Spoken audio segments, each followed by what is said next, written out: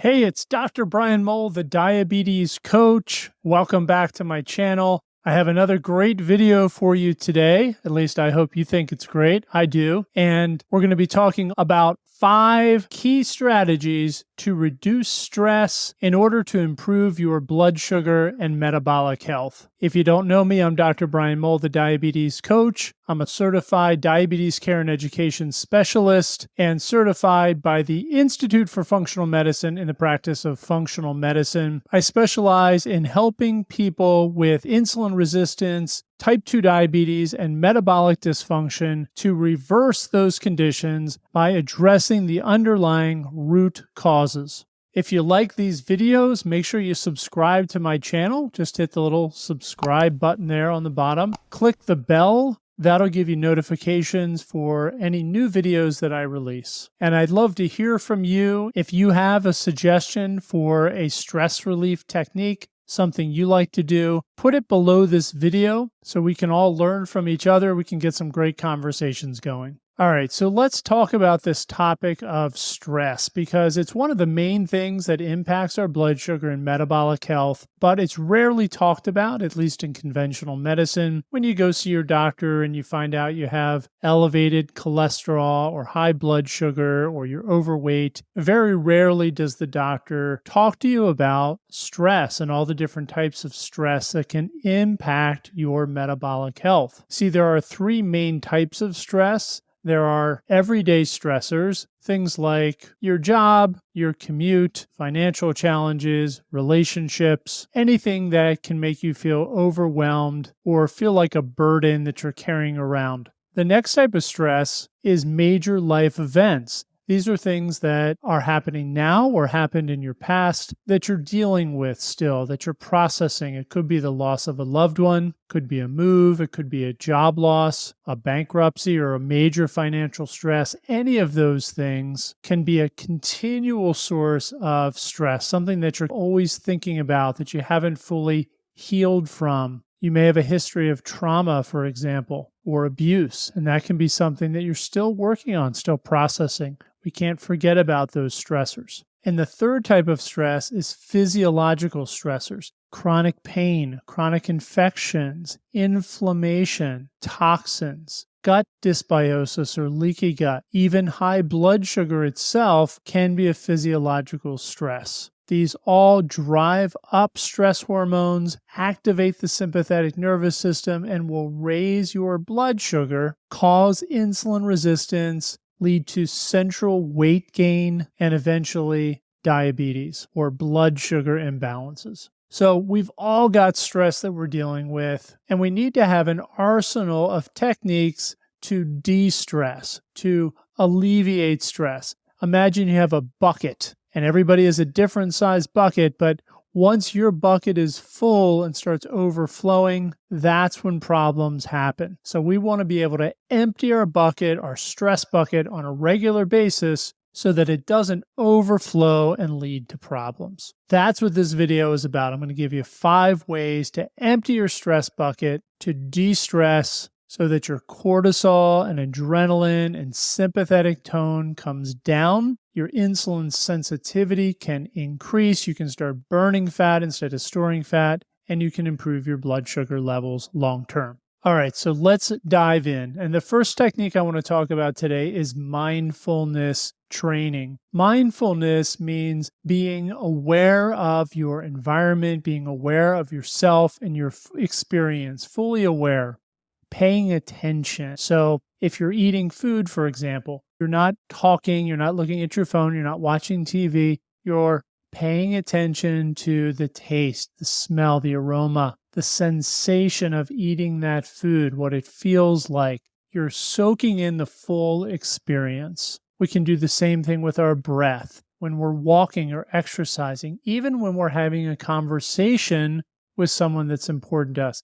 Be mindful. Focus on them and only them, on the words they're saying, their tonality, their body language. Really focus on that person and focus on yourself, what you're experiencing as they're talking to you. be in the moment. Mindfulness is one of the keys to de-stressing. There was a study published in 2015 in the British Journal of General Practice which showed that mindfulness training can reduce pain, it can reduce blood sugar, and it can reduce that stress response, which can lead to better metabolic health. The next technique is breathwork. We're all breathing all the time, but most of us aren't breathing consciously, and we're not using our breath to create a relaxing state, to activate our vagus nerve, to activate our parasympathetic nervous system. In fact, many of us are breathing in a way that activates the sympathetic nervous system and creates a stress response.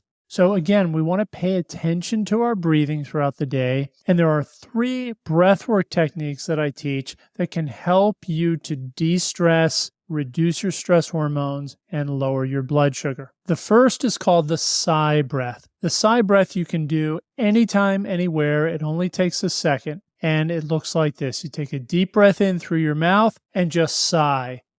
And what that does is puts you in a state of parasympathetic tone. It releases stress. And the louder you do it, the more you're going to release that stress. So maybe if you're in a busy area, you don't do it so loud, but you can do this sitting in your car, in your home, at night, in the morning, when you wake up, before bed, whenever you want. But take that nice deep sigh breath. You can do it 2 or 3 or 4 or 5 times, and that'll de-stress. It'll diffuse stress out of your body as you breathe that air out. The second technique is called diaphragmatic breathing. Put your hands over your belly button. You breathe in through your nose. Allow your belly to expand as you breathe in. Breathe out through your mouth in a metered fashion, and you allow your belly to relax. So as you breathe in, your belly expands, your diaphragm pushes down. As you breathe out, your belly relaxes, your diaphragm rises. We don't want to see shoulders move up and down. We just want the belly to expand in and out as we breathe in through the nose, out through the mouth. The third technique is called box breathing. We're going to breathe in for a count of 4, hold it for a count of 4, breathe out for a count of 4, and hold that for a count of 4. You can breathe in and out through your nose. You can do alternate nostril breathing if you'd like, but you're going to breathe in for a count of 4, hold it, breathe out for a count of 4, hold it. That's called box breathing. And again, you want to breathe deeply. You want to breathe with your diaphragm, not with your shoulders, and you want to relax as you're breathing. So you count in, 2, 3, 4, hold, 2, 3, 4, out, 2, 3, 4, hold, 2, 3, 4, and repeat as many times as you need to create that sense of relaxation. The next technique is meditation, and meditation does not have to have a religious connotation to it. You can sit anywhere, you can lie on your back, you can sit under a tree, on a park bench, in a chair in your living room, on your couch. Put your palms in your lap and close your eyes and just focus on deepening your breath and letting go of your thoughts. That's the real key. You want to breathe in and breathe out and focus on just letting go. If a thought arises, you think about, oh, this isn't comfortable, or, oh, I need to be doing this or that. Notice it and just let it go. And the goal is just to be, just to sit, just to deepen your state, deepen your breath, deepen that relaxation. Let go of any distractions and be in the present moment. A 2017 study in the Journal of Psychiatric Research showed that meditation has a profound de-stressing or stress-reducing response, which can lower blood sugar and improve metabolic health. Another study published in 2019 in the International Journal of Health Sciences showed that mindfulness meditation was an effective technique to lower blood sugar levels and hemoglobin A1C in adults with type 2 diabetes. Meditation is free, it's simple, and it has profound health benefits.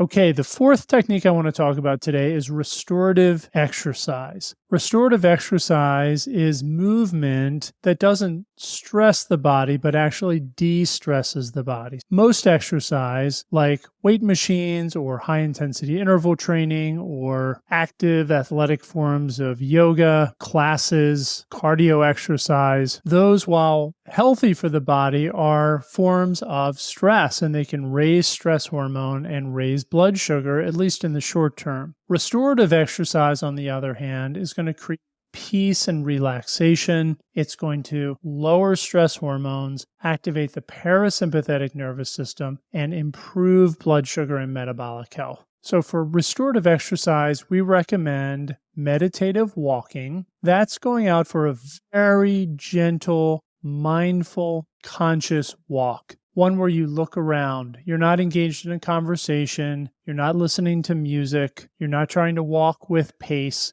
You're out to walk, just to walk, smelling the scents in the air, noticing things around you, eyes open meditation while you're walking. Any of those can be an effective way to do a mindful or restorative walk. The next is Tai Chi or Qigong. These are very gentle, intentional, slow form martial arts, and they're very effective ways to de-stress, reduce stress hormones, and allow the body to heal. While you're on YouTube, you can look up Tai Chi exercises or a Tai Chi routine and follow along to de-stress.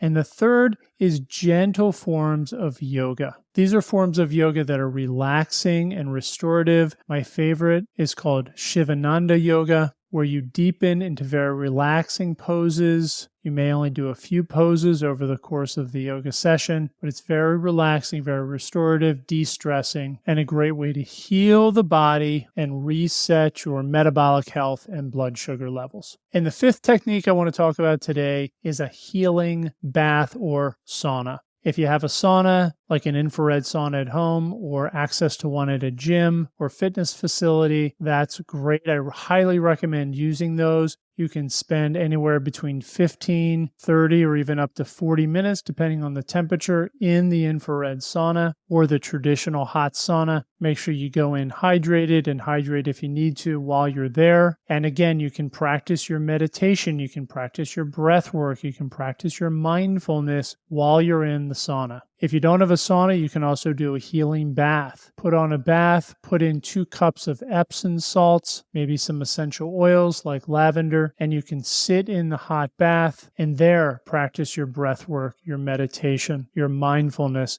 while in the healing bath. I recommend doing either a sauna or a healing bath at least 3 times a week if you want to have the profound benefits on your stress levels and your blood sugar and metabolic health. There was a 2018 study in Evidence-Based Complementary and Alternative Medicine Journal, which showed that regular sauna use led to better health outcomes, better cardiovascular health, weight loss, as well as improvements in blood sugar and metabolic health. Other research has shown that warm baths can lower high-sensitivity CRP and inflammation, reduce LDL cholesterol, and improve metabolic markers like blood sugar. Stress is so pervasive in our lives, it's hard to avoid. Most of us are under some degree of stress, so we have to find ways to de-stress that are going to work for us. Choose 1 or 2 or 3 of these techniques, put it into regular use, and I think you'll see benefits in your overall health, your energy, and the way you feel, as well as your blood sugar and metabolic health. Again, if you like this video, please subscribe to my channel below, click the bell for notifications, and I'd love to hear from you. Put a comment below this video. Let me know if you try one of these techniques and how it works for you, or maybe you have your own techniques that you want to share with people on this YouTube page. I truly appreciate you watching. If you want to learn more about me and the work that I do, read the description of this video, and there's lots of resources there for you, including my podcast, webpage, and watch some more videos here on my YouTube channel. Okay, this is Dr. Brian Mowll, the Diabetes Coach. Thanks for watching, and I'll see you back on my next video.